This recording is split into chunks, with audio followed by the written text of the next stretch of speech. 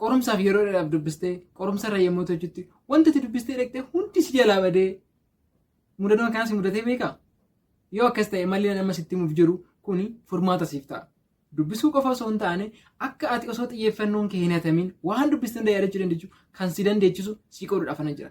Hanga nama viidiyoo kanaatti yoo turte na amani yommuu qorumsa irra teechee tooftaa itti yaadachuu dandeechuu fi qabxii keessa keetti hawaa turte akka galmeessituuf kan si gargaaru viidiyoo kanarraa argatta.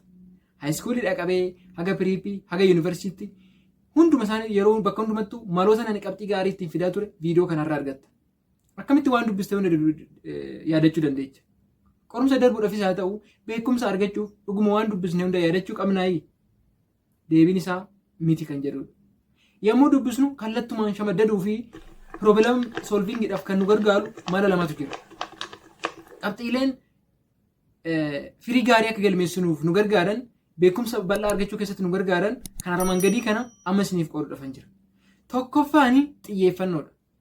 Barsiisaan kilaasii keessatti yommuu pay attention jedhamu dhageechanii beektanii yaadattanii barsiisaan pay attention jedhaa garuu akka attentionii keessan immoo waan sanitti kennitu hin beeku jechuudha. Tokkoffaa irratti mala kana keessa malli waliin ilaallu xiyyeeffannoodha. Xiyyeeffannoo yookaan immoo isa attention jennuun kana jechuudha. Sadarkaa itti odeeffannoon galmaa'udha. Xiyyeeffannoon sadarkaa itti wanta dubbisaa jirtus haa ta'uu fiilmis haa ta'uu sammuu keenya irratti sadarkaa itti galmaa'udha jechuudha wanti dubbisaa jirru sun. Sadarkaa kanatti akka attenshiniin keenya hin hatamne wantoota nu gargaaran maloota garaagaraa raawwachuun barbaachisaadha. Tokkoffaan attentionii kee wanta si jeeqan yookaan immoo wantoota xiyyeeffannoo kee hatanirra ofirraa hir'isu. Fakkeenyaaf laabraarii keessatti dubbisaa jirtaa jennu. Laabraarii keessatti osoo dubbisaa jirtu namni wayii caammaa iyyu wayii ittiin koobateese qac gochaati. Gaafa kana maal ta'a yaadni kee baay'ee hatamaa jechuudha. Yookaan immoo iddoo wayiitti wanni ijoollee wayii jeequ gaafa san ol jettee ilaalta. Gaafa kana maal goota attenshiniin kee hin hatamaa jechuudha. Yeroo dubbistu tokkoffaa irratti wanti xiyyeeffannoo gochuu qabdu hoo jiraate attenshiiniidha. Attenshiniin immoo yeroo baay'ee hin hatamu. Daqiiqaa baay'een turu. Daqiiqaa 25-30 booda yeroo baay'ee wanta ati irratti xiyyeeffatee turte suni xiyyeeffannoo isaa kaasa sammuun keenya yeroo baay'ee. Kanaafuu calma jettee shamaddaduu caalaa piraaktisii gochuudhaaf yaaluu qabda. Fakkeenyaaf calma jettee gaafa shamaddaduu gaafa daqiiqaa 30 daqiiqaa 40 shamaddadde sana booda attenshiniin kee hatamuu jalqaba. Yaanni kee xiyyeeffannoon kee sun waan sanirraa ka'ee iddoo biraatti yaanni kee yaadota garaagaraa sitti fiduu jalqaba. Kanaafuu akka xiyyeeffannoon kee sun hin hatamneef wanti si gargaaru lammaffaa irratti immoo waan dubbisaa jirtu sun calma jettee shamaddaduu caalaa piraaktis gochuu shaakaluu waan dubbisaa jirtu sun jechuudha. Sunillee baay'ee barbaachisaadha. Akkasuma xiyyeeffannoon kana hin bittinnoofneef immoo daqiiqaa 25 yookaan 30 booddee daqiiqaa 5fis taatu bireekii xiqqoo ishii kennuufi. Sammuun keenya sa'aatii dheeraadhaaf yoo nuyi walitti aansinee waan tokko hojjenne sana booda nu dida. Nu akkanumaan itti dhidhiibna malee nuun fudhatu jechuudha waan dubbisaa jirru sana. Kanaafuu daqiiqaa 30 haa ta'u 40 haga dandeettii sammuu keenyatti sana booda bireekii xiqqoo ishii kennuuf hin barbaachisaadha jechuudha. Bireekii xiqqoo ishii daqiiqaa 5 taatu kennineefi gara dubbisa keenyatti deebi'uudha jechuudha.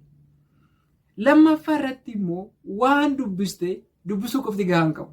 Yeroo tokko tokko inni ajaa'ibaa shaakaluudhaaf illee yeroo hin qabnu jennee dubbisuu bichaatti xiyyeeffannoo goonu. Garuu waan dubbisnes akkatti hojiitti oolchinu hin beeknu akkasuma immoo hagani nu bira turu hin beeknu. Ani fakkeenyaaf kitaaba tokkicha guutuu isaa dubbisee yoo sammuu keenya keessa turuu hin dandeenye maal na fayyada?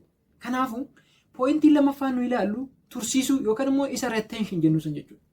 Odeeffannoon nuyi arganne yookaan immoo kitaabni nu dubbisne akka nu bira turuuf maal gochuu qabna? At the end of the day wanti dubbisne sun faayidaa nu qabaachuu kan danda'u yoo qorumsaaf yaadachuu dandeenyedha. Qorumsaaf yaadachuudhaaf immoo wanti dubbisne sun yeroo dheeraadhaaf yookaan immoo long termii nu faana turuu qaba. Akkuma beektan kutaan sammuu keenyaa miimoorii gosa 3 qaba. Saayitiin kan jedhamu jira akkasuma short term miimoorii kan jedhamu jira akkasuma illee long term miimoorii kan jedhamu jira. Kutaan odeeffannoon nu dubbisaa turre sun long term miimoorii keessa yoo gale malee nu turuu hin danda'u. Tursiisuu kan immoo retention jechuun hanga odeeffannoon nuyi dubbisne sun nu bira turuu danda'u jechuudha. Odeeffannoon galmaa'eera sadarkaa tokkoffaa irratti xiyyeeffannoo irratti odeeffannoon galmaa'e sun immoo nu bira turuu qabu. Yoo nu bira hin turre long termiidhaaf yoo nu bira hin turre gaafa qorumsaa sana eessaa finnare sanaafi jechuudha. Tursiisuudhaaf immoo maloota nu gargaaran keessaa odeeffannoo gara sammuu keetti walitti qabuu caalaa waa yaadachuu dandeechuu beekuudhaaf teessii ofii baasuu of baastee of qoru Yeroo tokko tokko hin sodaanna teessee ofii baasu. Maaliif sodaannaa hin dhabne jennee waan sodaannuuf. Sammuun namaa immoo uumama keessaa wayi mo'amuu hin jaalatu yookaan immoo dhabuu hin jaalatu. Yeroo hundumaa sadarkaa qabachuu qabxii gaarii fiduu yeroo hundumaa bakka mo'achuudha sammuun keenya kan barbaadu. Gaafa of qoruudha kaane garuu gaafa waan dubbisaa jiru san qorumsa of qoruudha kaane hin dhabna. Gaafa dhabnu immoo sodaan. Guddicha sanuu dhabuudhaaf deemna garuu anasii kana sodaanna jechuudha. Of qoruu keenya kan sodaannu sababni isaa hoo dhabne sammuun keenya fiilingii gaarii waan nutti dhagaamne. Garuu achumatti of qoruun waan dubbisaa jirru sanii of qoruun keenya garuu akka odeeffannoon sun nu bira turuuf sa'aatii dheeraadhaaf nu fayyada jechuudha. Kanaafuu qabxii lammaffaan as keessatti akka odeeffannoon sun nu bira turuuf yookaan immoo wanti dubbiste sun si faana turuuf kan si gargaaru waan kana dura beektu walitti hidhu. Simisteera tokkoffaa irratti waan baratte simisteera lammaffaa irratti koorsii wayii dhufe waan simisteera tokkoffaa irratti baratte yookaan immoo iskiilii kana dura beeknu wantoota barannu sanii waan kana dura beeknu walitti hidhu. Anaaloojii baasu rileetivitii isaanii maaliin amma waan akkanaan barachaa jira. Amma kaalkuleesiin barachaa jira. Aljabaraadha walitti dhufeenya inni qabu maaliin? Iddoo kamittoo walitti dhufeenya qabaata? Waa walitti hidhuu dandeechu walitti hidhuu. Waa'ee seelii gaafa barachaa jirtu yoo ta'e waa'ee maashaalee akkamitti walitti dhiyaata wanti kun?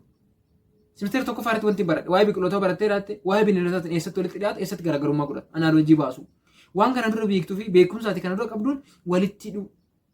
Gaafa kana ta'e odeeffannoo nu dubbisne suni nu faana turuu danda'a jechuudha. Akkasumallee paatarnii mataa keetii fayyadamu. Yommuu paatarnii mataa keetii fayyadamtu siisii galeera garuu namoota ibsuullee sa'aatii hin dandeenye. Yeroo tokko tokko beektu gaafa qorumsaaf deemtu dubbisteertaa ati paatarnii mataa keetiin qabatteetta garuu namoota biraatiif immoo ibsuu hin dandeechu. Waa wayisii gaafatanii ati ibsuu hin dandeechu. Keessa keetti garuu beekta paatarnii mataa keetiin qabatteerta jechuudha. Kanaafuu odeeffannoon sun akka nu bira turaniif maloonni fayyadan lammaffaa qorumsa ofii baastee of qoruu waan dubbisaa jirtu san akkasumallee paatarnii mataa keetti fayyadamu akkasuma immoo beekumsa kana dura beektuun walitti hidhuu. Amma gara qabxii sadaffaatti ce'uudhaaf jirra. Qabxii sadaffaan yaadachuu yookaan immoo riikool kan jennu san jechuudha. Yaa barattoota haga barbaaddee dubbiste yoo yaadachuu hin dandeenye faayidaa nuuf qabaata? Natti fakkaata. Odeeffannoo barbaaddu sa'aatii si barbaachisetti yaadachuudha yoo qabxii gaarii galmeessuu barbaadde kan si fayyadu. Kanaafuu irra deddeebitee dubbisuu caalaa qorumsa ofii baastee ofii qoruun akka yaadachuu dandeechuuf si gargaara jechuudha. Wanti dubbisnuu fi faayidaan isaa qorumsa irratti akka yaadachuu dandeenyuuf. Garuu yeroo tokko tokko qorumsi guddaan nu mudatu yaadachuu dadhabuudha qorumsa gubbaa geenye tooni. Waan san xiqqoo xiqqoo ishee ni beekna guutuu isaan beeknu sana booda yaadachuu dadhabna jechuudha. Kanaafuu akka yaadannuuf wantoota nu gargaaran keessaa tokko hirriba gahaa rafuun illee murteessaadha. Namoota baay'eetti hirriba gahaa rafuun waan sammuu keenya miimoorii keenya cimsa jedhee yaadu namni baay'een. Ani garuu fikii waan ekspiraansii godheen isinitti himu. Yeroo yuunivarsiitii baradhutti ani yuunivarsiitii Haramayaatti kompiitar saayinsiidhaan hin ba'e. Isa dura garuu fireeshmaanii waan jedhamu barannee turre. Fireeshmaanii kanarratti barnoota ikoonomiksii tokko qabna. Waan sin ajaa'ibu barnoota ikoonomiksii kana qo'adhee itti qophaa'aa ture tan guyyaa qorumsi boruudha san garuu gahaa ofitti fakkaanne waan ani sirriitti hunda adda baafadhe natti fakkaanne baay'ee dubbisuudhaaf kan karoorfadhe. Qorumsa kana dhabuudhaaf nan deema kanaafuu sa'aatii dheeraa fixuun qaba jedheetan karoorfadhe. Galgala naannoo amma sa'aatii sagaleetti galgala naannoo amma sa'aatii ja'aatti dubbisee rafee galgalas immoo deebi'ee naannoo halkanuma san immoo naannoo sa'aatii sagaleetti ka'e. Sa'aatii lama sa'aatii sadii hirribni rafee jedhamu. Gaafa borumti san sa'aatii lama walakkaatti qorumsa kan qabnu qorumsa irra gaafan seenu waan baay'ee isaa yaadachuun dadhabe. Daqiiqaa muraasaaf hojjedhe naannoo daqiiqaa 20-30 hojjedhe sana booda waan an dubbisee dhufe indaalle isaa homaan beeku irraanfadhe bakka. Sammuun kiyya na jeeqamee jira. Guyyaa san maaliin badhadhe waan akkana lammaffaa natti na mudachuu kan qabne namoota biraatiif illee qooduun qaba waan kana jedhe qorumsa irra taa'e. Hirriba dhabuu kiyyarraa kan ka'e wanta dubbisee ture wanta takka takkaan beeku wanta daajjesti godhee jiru yaadachuun dadhabee jechuudha. Ani waan kana dura sirriitti dubbiseen ture daajjesti gochuun dadhabe. Qabxiin silaa qabxii A+ fiduu qabu isarraan alaa irratti jechuudha. Kanaafuu hirriba gahaa rafuun illee baay'ee barbaachisaadha. Waa'ee hirriba kanarratti wanti dubbachuu barbaadu yoo jiraate hirribni gahaan haga kana jedhamee dubbachuudhaaf namatti hin tolu. Maaliif isinitti fakkaate hirriba gahaa jechuun amma ati kana dura barsiiste jechuudha malee hirriba gahaan sa'aatii 4 oloo ta'e hin gorfama garuu nam tokko sa'aatii 3 kan rafuudha namoonni addunyaa irratti baay'ee beekamoo ta'anii fi waan gurguddaa milkaneessan sa'aatii 6 kan rafuraa 10 san rafuraa 12 kan rafu jira. Hirriba gaanan isin jedhu garuu hirriba ati kana dura barsiiste hagam rafuu barsiiste kana dura sa'aatii 5 ta'e sa'aatii 5 galgala sa'aatii 7tti raftee ganama sa'aatii 12tti ka'uu barte normaal. Galgala immoo sa'aatii 6tti raftee ganama sa'aatii 12tti ka'uu barte akkasuma.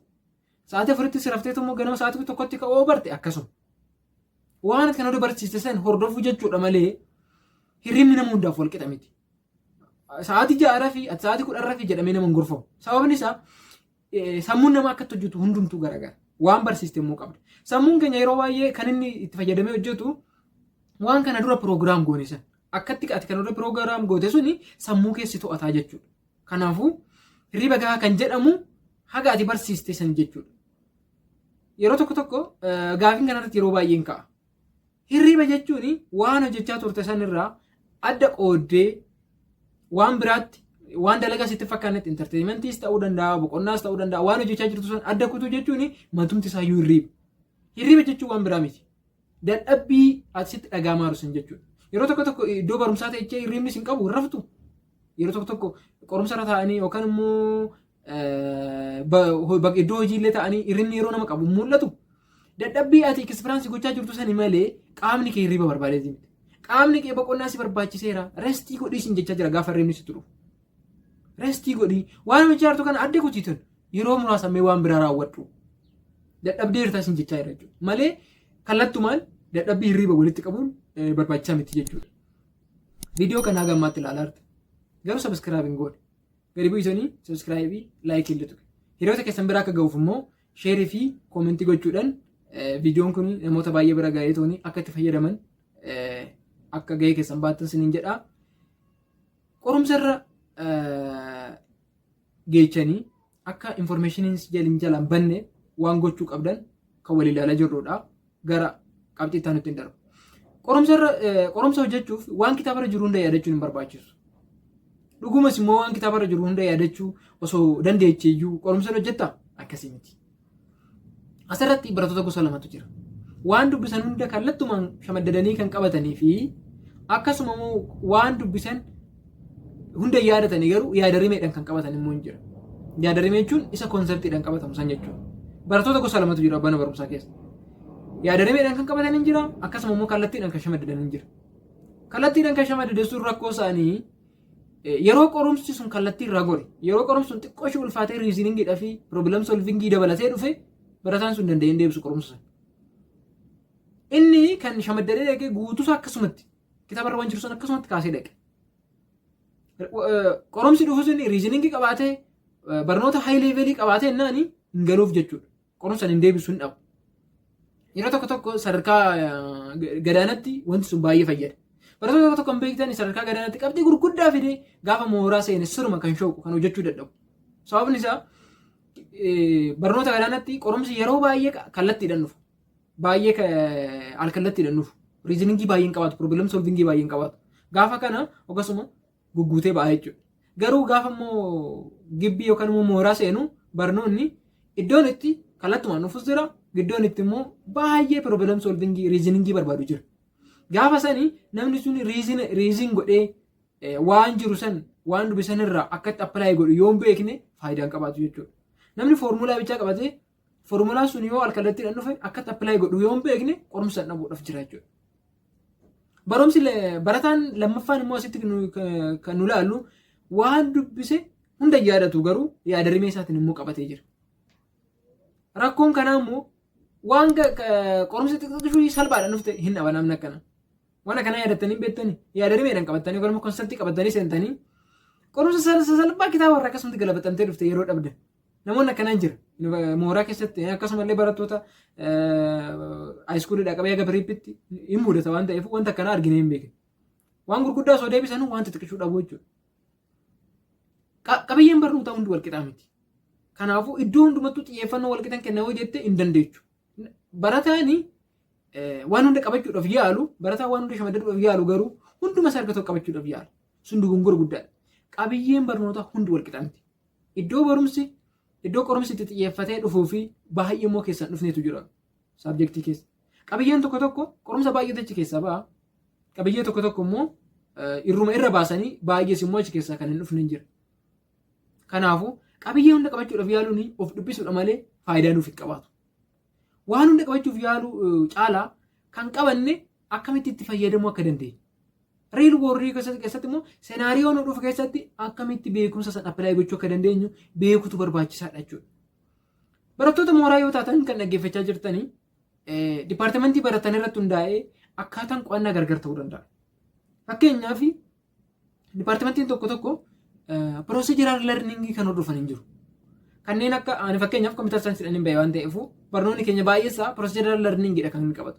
Proosijiraal larningii jechuun isteeppiidhaan shaakaltee waan raawwachuu dandeechuudha jechuudha. Koodingiis haa ta'u, algooriizimiis haa ta'u, wantoonni kompiitar saayinsii keessa jiran maatimaatiksiis haa ta'u, baay'een isaa akkaataa itti wantoota tokko isteeppiidhaan deemudha jechuudha. Kanaafuu namoonni keessattuu kanneen akka kompiitar saayinsii, kan akka injineeringii, kan akka fayyaa, kan akka seeraa keezii wayii dhufeetoni akkatti isteeppiidhaan shaakaltee ton deebistuu irratti xiyyeeffattee qo'achuun barbaachisaadha jechuudha. Barnoonni immoo kan akka saayikooloojii fa'aan immoo konsepchuwaal larningiidha kan isaan qaban. Proosijiraal larningii dura lallirraa lammaffaarratti immoo konsepchuwaal larningii. Konsepchuwaal larningii kan jennuun barnoota yaadarimee irratti xiyyeeffatan. Kanneen akka saayikooloojii, kanneen akka maatisii, kanneen akka ikoonomiksii fa'aan. Ikoonomiksiin amma namoonni baay'een shamaddiranii yoo dhaqan qorumsa hin argatan. Sababni isaa immoo inni kan dhufu konsepchuwaalidhaan yookaan immoo yaadarimeedhaan. Yoo gabaan akkana ta'e gabaan akkana akkam ta'a. Wanta akkana yoo ta'e giraafiin akkana yoo ta'e kunoo maal ta'a kan jedhu. Konsepchuwaalidha jechuudha gaafiin ikoonomiksii baay'eessa. Ati garuu konsepchuwaalii qo'achuu dhiistee haala biraatiin kallattuu manoo shamaddiranii eegdee qorumsa dandeettiin deebistuu jechuudha. Barnoota konsepchuwaaliidhaaf immoo wantoonni fayyadanii yaadarimee isaa qabachuudhaa fi maayindi maappingii isa kan jedhamu san jechuudha. Wantoota kan beektu kan biraati walitti hidhuu maayindi maappingii gochaati. Gaafa qo'atte qorumsa san qabxii gaarii deebisuu dandeenya jechuudha. Barnoonni immoo akka seeraa fa'aan immoo evidence based learning warri ta'anii jiran. Evidence based jechuun ta'ii raawwate san irratti kan hundaa'e barnoonni keessuun. Barnoota akkasiitiif immoo riil keessa seenaariyoo jechuudha kan itti beekuu qabdu. Fakkeenyaaf kan akka seeraa, kan akka fayyaa, kan akka riisarchii. Amma fayyaa fakkeenyaaf fudhanne maashina wayii waan namaa dhaggeeffatte yookaan immoo qaamni namaa sun waan ekspiraansi godhu laaltee yookaan immoo dhaggeeffattee gurra keetitti kaawwattee waan saniif furmaata kennuudhaaf waan ta'eef evidensii ta'aa jiru sanarratti hundoofteeti jechuudha. Mallattoo akkamii yoo agarsiise dhukkubni sun dhukkuba maalii ta'uu danda'a. Evidence based dha jechuudha barnoonni akkana. Barumsi seeraallee akkasi. Kanaafuu haala sanirratti hundoofteeti jechuudha kan hundeessuu dandeenya. Barnoonni riisarchii fa'aan akkasi. Keezii jiru sanirratti hundoofteeti. Waan argatte giruuppii kontiroolii sanirratti hundooftee dhumarratti immoo analaayizingii isa baastee lafa keessa jechuudha. Barnoonni immoo kan akka kireetiviitii fi analaatikal larningii kan qaban hin jira. Barnoonni akka liitireecharii fa'aa, aartii fa'aa, kanneen akka maarkeetingii fa'aadhaan wal qabatan. Waa kalaquu warroota gaafatan. Barnoota akkasiitiif immoo haala saniin qo'achuun barbaachisaadha jechuudha. Kana gaafan jedhu haalli barnoota tokko haala dipaartimentii biraa keessa hin seenu jechuu kiyyaame. As a whole general scenario isaatti kan dhiyeessaa jiru. Sammuun keenya waan qaamni miiraa itti baay'atu irratti caalaa qabata. Yeroo dubbisnutti ija keenyaan kan laallu waan ija keenyaan laallu sani dataa sammuu keenya irratti dhaqee rikardi kan ta'u. Sammuun keenya yeroo tokko nuyi dandeenyeen qabannu miimooriin keenya xiqqaadha namni jedhee yaadu jira. Miimoorii sammuu keenyaa hagam akka ta'e beektu hin amantan. 2.5 miiliyoon giigabaayitii. Bilbilli keenya meeqa qabdi? GB 128, GB 256, GB 16, GB 32. Baay'ee xiqqishu. Bilbilli sun waan kan hundee qabachuu dandeechi. Sammuun keenya maaliif nu qabachuu dadhabaare? I don't think so. Natti fakkaatu. Kan nuyi qabachuu dadhabnuu fi attenshiniin keenya waan hatamuuf yeroo baay'ee. Qorumsa irra teechee waan ta'e yaadachuu hin dandeenye taananii ati durumaayyuu seeran riikardiin goone sammuu keetirra. Xiyyeeffannoon kee isarra hin turre durumaayyuu. Wanta xiyyeeffannoo kee hin hanne sammuu kee xiyyeeffannoo kee gara tokkotti fokkasiin kee xiyyeeffannoo wayitirra ta'eennaani waan sana hin dagattu. Yeroo tokko sammuu keenyaa fi kana yaadadhu jenneetoni waan ta'e kennuuf hin barbaachisaadha. Fakkeenyaaf yeroo daa'imummaa keenya lakkoofsa bilbilaa firoota keenya baay'ee yaadanna maatii keenyaa obbolaa keenya haguma guddachaa deemnee bilbilli nu wajjin wal baraa deemu garuu bilbila homaa yaadachuu hin dandeenye. So amma gaafa kanarra ilaallu miimoorii sammuu keenyaa hir'atee ture Siruma dabalaa deemamee ture nama guddachaa deemnu kan maal turre ture xiyyeeffannoon iwwan sanii kennu nutti xiqqaate. Duraani yoo bilbilli tokko bade yookaan immoo yoo bilbilli nu qabannu bilbila xaqqisa waan ta'eefu filannoon nu qabnu hin jiru. Yeroo baay'ee bilbila of harka qabachuu dhiisuu dandeenya qabachuu jalqabna. Sammuun keenya waan san xiyyeeffatee qabata. Bilbila yeroo dheeraa dura qabatte haga ammaatti yaadattu hin jiru. An dhiyeenya kanaa garuu namoota wal bartee namoota hojii namoota wajjin ooltu odoo guyyaa dhawlee waltu garuu dandeechee yaadattu. Sababni isaa miimooriin kee dadhabee ture miimooriin kee dadhabne. Yaadadhu jettee sammuu keetiif xiyyeeffannoo hin kennineef. Sammuun keenya yeroo baay'ee xiqqoomaa barbaada. Sammuun keenya akka xiyyeeffannootti kennu waan barbaadu qaba. Yommuu dubbisnu qaama miira keenya keessaa ijatti fayyadamnu. Garuu yommuu shaakallu qaamonni miira dabalataa keessatti hirmaatu. Dubbachuu ta'a, harkaan barreessuu ta'a. Gaafa kana qaamonni miira keenya itti baay'achaa deemu. Wanta qaamni miiraa baay'een keessatti hirmaate immoo sammuun keenya caalchisee qabataa jechuudha. Yommuu piraaktis goonutti kan akka piroobilamii furuufaa baraa deemnaa. Akkasumallee odeeffannoo fi beekumsa arganne sanillee akkamitti appilaayi gochuu akka dandeenyu, akkamitti hojiirra oolchuu akka dandeenyu baraa deemnaa jechuudha. Odeeffannoo dubbistu sammuu keessatti tursiisuuf akkuma dubbisteen osoo hin turin piraaktis gochuu qabda. Yeroo tokko tokko wanta iyyuu dubbisaa osuma jirru ammaaf yeroo hin qabu piraaktis gochuudhaaf jennee bira dabarra. Maal si fayyadaree yoo dandeechee yaadan akka si bira turu piraaktisii noo kan barbaachisu ta'e yeroo keessan bichaa gubdee jechuudha. Kanaafuu lakkii ani yeroo hin qabu ammaaf piraaktisii hin godhu jennee calma jennee shamaddaruu caalaa waan san piraaktisii yoo goone nootii hiika qabeessa ta'e yoo qaban yoo ofii keenya akka waan nama biraa barsiisu nutti ofii keenya ofitti haasofne yoo hiriyoota keenya qo'achiise yoo immoo maayindi maappingii goone paatarnii mataa keenya yoo baafan yeroo dubbisaa jiru san hin gubne jechuudha. Yeroo sun yeroo effektiivili itti fayyadamne keessaa yeroo sanii jechuudha. Yoo san hin taane garuu lakkeennan jara jechaatii yeroo keenya of jalaa gubuudha jechuudha faayidaansaa. Yoo turteetti deebite garuu boodan irra deebi'ee piraaktis godha garuu jettee garuu yaadatteetu argamta jechuudha. Gaafa deebitee laaluu dhufte dagatteerta waan san. Torbee lama booda gaafa piraaktis nan godhattee dhufte waan san dagatteerta. Kanaafuu akkuma dubbisaa dhuftaniin piraaktis gootee darbuun barbaachisaadha jechuudha. Akkuma qaamni keenya baay'isnee nyaachuu caalaa nyaanni nyaatame bullaa'ee qaama keenya wal ta'uu qaba. Yoo san hin taane qaamni keenya ol deebisaa jechuudha. Sammuun keenya illee akkasi. Wanti dubbifame suni bullaa'ee qaacca'ee gara kutaa sammuu keenya loongi termi miimoorii yookaan immoo kutaa miimoorii yeroo dheeraaf tursiisutti darbuu qaba. Gaafa akkas ta'e yaadachuudhaaf sirriitti dandeenya. Yoo san hin taane garuu yeroo dheeraa gubuu malee faayidaa hagas mara nuuf hin qabaatu jechuudha. Kanaafuu kana booda wanti irratti xiyyeeffachuu qabnu akkamitti odeeffannoo nu dubbisne suni xiyyeeffannoon keenya osoo adda hin ba'in akkamitti tursiisuu dandeenya, an tursiisne san immoo akkamitti yaadachuu dandeenya. Maloota kana sadan irratti xiyyeeffannee tooni gara fuulduraatti qorumsa qabxii gaarii galmeessuudhaaf itti fayyadamuu dandeenya jechuudha. Yeroo dubbistutti waan sirriitti beekuu fi odeeffannoo sana yeroo dheeraaf tursiisuu irratti xiyyeeffachuu qabda. Waan sana yoo sirriitti hin beekne faayidaa siif hin qabaatu jechuudha. Fakkeenyaaf baay'ee dubbisuu, baay'isuu xiqqoo tursiisuu walqixa maal ta'a? Beekumsa xiqqaadha miti yookaan immoo qabxii gadaanaa ta'a. Baay'ee dubbisuu, baay'ee tursiisuu wajjin yoo baay'ate garuu maal ta'a? Beekumsa guddaa fi qabxii olaanaa ta'a. Kanaafuu baay'ee dubbisuu, baay'ee tursiisuudhaan walitti hidhuu qabna jechuudha. Baay'ee tursiisuudhaaf immoo maal gochuu qabna? Viidiyoo kana keessatti dura waliin dubbanneerra. Kanaafuu baay'ee dubbisuu, baay'ee tursiisuudhaan gaafa walitti hine beekumsa guddaa yookaan immoo qabxii olaanaa itti finna jechuudha. Osuma kanaan ta'ee jiru garuu yeroo tokko gaafa qorumsi nutti dhiyaatu hin jira. Wanta kanaan nu mudatee beekaa. Yeroo tokko qorumsi sa'aatiin inni itti sirra ga'u jira. Qorumsi sirra ga'ee yeroo nuti dubbisaaf qabdu garuu yeroo baay'ee xiqqishu. Wanta kanaa yoo si mudate maal goota? Wanta kanaan yeroo tokko nu mudatee beeka. Yeroo gabaabaa qofan qaba garuu qorumsi sun irra ga'ee guyyaa takka lama bichaatu naaf. Gaafa kana maal gochuu qabda? Waliin ilaalla. Tokkoffaa irratti viidiyoo koorsisanii wal qabatu dhaggeeffadhu. Yaadannoo isaa immoo seeraan baafadhu. Namoonni yommuu viidiyoo hojjetanii itti yaadanii sa'aatii dheeraadhaaf waan maal yoo deliver godhe wanta effektiivili namoota fayyaduu danda'a jedhanii itti yaadanii kan hojjetan. Gaafa viidiyoo koorsisanii walitti dhiyaatu fi maateriyaala koorsisanii walitti dhiyaatu hojjette haaluma salphaadhaan waan san cuunfaa barnootichaatti xiyyeeffachuu argatta jechuudha. Cuunfaa barnootichaa argatte jechuun immoo qorumsa jechuudha baay'ee si fayyada. Lammaffaan immoo gaafa barnootichaa wal qabatu barbaade hojjetu. Yeroo gabaabaa bichaa yoo qabaate qorumsi kee guyyaa lama tokkotti yoo galeeraate gaafa barnootichaa wal qabatu barbaade hojjetu. Gaafa hojjechuun sammuun keenya akka inni dirqamaan yaadatu taasisa jechuudha. Waa'ee barnootichaa beekuu yoo barbaadde qabiyyee barnootichaa hunda dubbisi.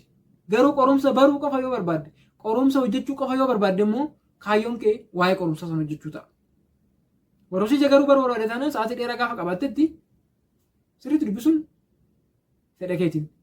Garuu gaafa sa'aatiin kee irra ga'e immoo sa'aatii dheeraa irra deddeebitee dubbisuu caalaa waan sadan kana godhe waan amma si gorsu kana. Tokkoffaa gaaffii of gaafadhu. Waan dubbisaa turtan irratti dhaabadhuutanii maalan qayyabadde maalan beeka jedhii gaaffii of gaafadhu. Osoo bira hin darbin. Gaafa kana sammuun kee dirqama isaa yaadata jechuudha. Sammuun kee immoo of dirqamsiisee gaafa yaadachuu jalqabe wantoota biraallee waggaa dubbistu itti baraa deema jechuudha. Lamaffaan immoo akka waan nama biraa barsiisaa jirtutti fakkeessitoon hiriyoota keetiifis haa ta'u ofii keetiifis haa ta'u ofitti haasa'i.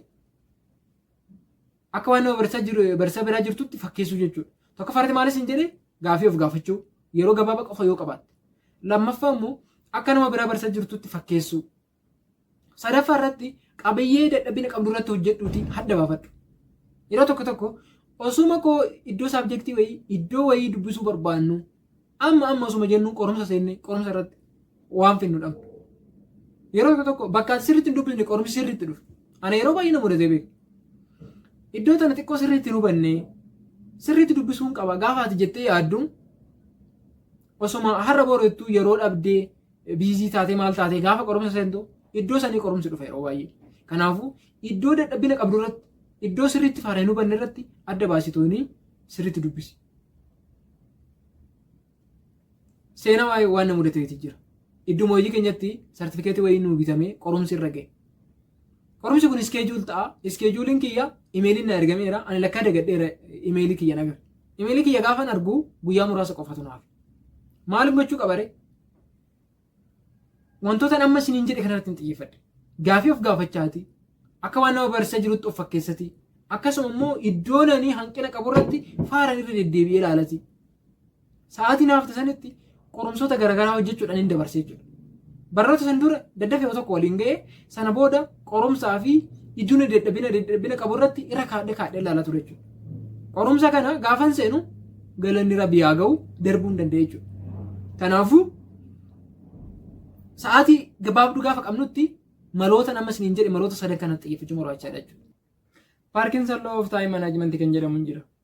Amma yeroo dheeraan qaba jettee of amansiistee fi sa'aatii dheeraa hojii saniif ramadde osuma hojii sun sa'aatii sanii gadi xumuramuu danda'eeyyuu sa'aatuma atitti ramaddeef san fudhataa kan jedhamu hin jira. Sa'aatii dheeraan qaba jettee of amansiisuu hin qabdu. Sammuun keenya akkasumatti yaada. Wanta nu yaadne hojiirran yookaan immoo galmaan ga'uudha waan ta'eef kaayyoo sammuu keenyaa sa'aatii dheeraan qaba jettee of amansiisuu hin qabdu. Yeroo tokko tokko nu dargaggoota taanee gaafa jirrutti yeroo dheeraa waan qabaanne nutti fakkaachuu danda'a.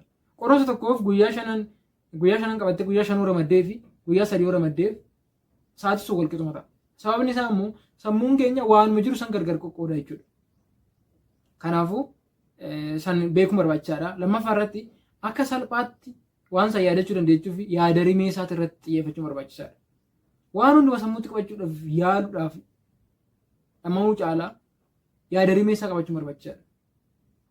Keessattuu barattoonni koorsii baay'ee erga tokkotti walitti qoraman.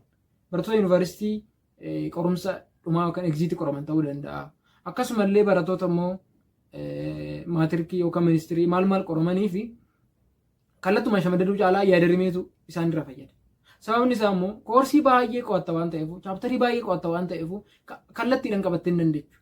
Yaada rimee isaa qabachuun barbaachisaadha. Koorsii qoramuudhaaf deemtanii yaada rimee isaatiin gaafa ta'e alkalatti wanti qabattee hin jiraatu. Garuu yeroo kana gaaffii wayii sitti dhaga'ama. Gaaffii akkamitti sitti dhaga'ama? Ani waan tokko uumaa qabadhee hin jiru. Maalan beeka maalan qoramuudhaaf deema kan jedhamu jira. Ati yaada rimeedhaan qabattee irraa beekta keessa keetiitti. Moo qorumsi sun dhiyaateen deebista. Garuu immoo keessa keetiitti waan beeksisu fakkaatu. Yeroo baay'ee wanta kana nama mudatees beekaa hiriyoota kiyya irrattis argee beeku. Waan uumaa qabadhee natti fakkaatu jedhan. Gaafa seenan garuu qorumsa sana hojjetanii ba'u. Sababni isaa immoo yaada rimeedhaan qabataniiru jechuudha. Kanaafuu haala saniin hubachuun barbaachisaadha. Sa'aatii dheeraadhaaf irra taa'anii dubbisuun daqiiqaa 25-30 ol dubbisuun sammuun keenya sa'aatii sana booda dammaqinaan hin qayyabatu. Nu garuu dirqamsiisneetuma itti dhidhiibuu dandeenya. Garuu jedduudhaan bireekii gochuun akka barbaachisu viidiyoo kana keessatti yeroo baay'ee deddeebinee waliin dubbanne irra jechuudha. Kanaafuu jedduudhaan yoo boqonnaa kenninee fi sa'aatii dheeraa yoo irra turte garuu yeduun boqonnaa kennuu fi dhiistee sa'aatii dheeraa yoo irra turte garuu yoo qabxii gaarii hojjechuu hin dandeenye barumsaan jibbaa deemta jechuudha. Wanta sa'aatii dheeraa itti fudhatu hundumaa sammuun keenya jibba yeroo baay'ee. Kanaaf barattoonni hoggaa ani herreega hin jaalladhu, ani histirii hin jaalladhu yommuu jedhan dhageechanii hin beektanii. Barattoonni waan san kan jibbanii fi sa'aatii dheeraa waan itti fudhatuuf yeroo baay'ee. Histirii namoonni shamadada hin jaallanne yookaan immoo kallattiidhaan qabachuu hin jaallanne histiriin sa'aatii dheeraa itti fudhata isa qabachuudhaaf. Kanaaf barnoota histirii sin jibbuu jalqabachu. Barattoonni tokko tokko immoo waraqataa fi iskibirtoo waliin gaanii toni kaalkuleeshinii sa'aatii dheeraa fixu itti dadhabuun barbaade. Sammuun isaanii waan sa'aatii dheeraa hojjetu san hin jibbaa jechuudha. Sababa sanirraa kan ka'e ani herreega hin jaalladhu, ani histirii hin jaalladhu wanni jedhamu sammuun ilma namaa keessatti uumamaa jechuudha. Sababni isaa sababni yeroo dheeraa fixuuf jechuudha. Kanaafuu waan yeroo dheeraa fixu amma danda'amaa ta'e yeroo gabaabaatti akka xumuramuuf piraaktiis gochuun akka barbaachisu waliin dubbanne irraa haga dhuma viidiyoo kanaatti nu waliin turtanii waan nu dhaggeeffachaa turtaniif galatoomaa. Ani seenessaan ture yuutuubii kanaaf namni haaraa taatan laayikii fi sabskiraabii xiqqoo hin dagatinaa. Yaada isin qabdan illee wanta asirra fayyadamtan akkasuma immoo wanta osoo itti dabalame gaariidha jettan koomentii jalatti nu beeksisaa. Baay'ee isin galateeffannaa. Namoota biraa akka ga'uuf immoo sheer godhaa fi biraan gahaa. Hayyee yeroo gaarii qorumsa gaarii isin hawwu.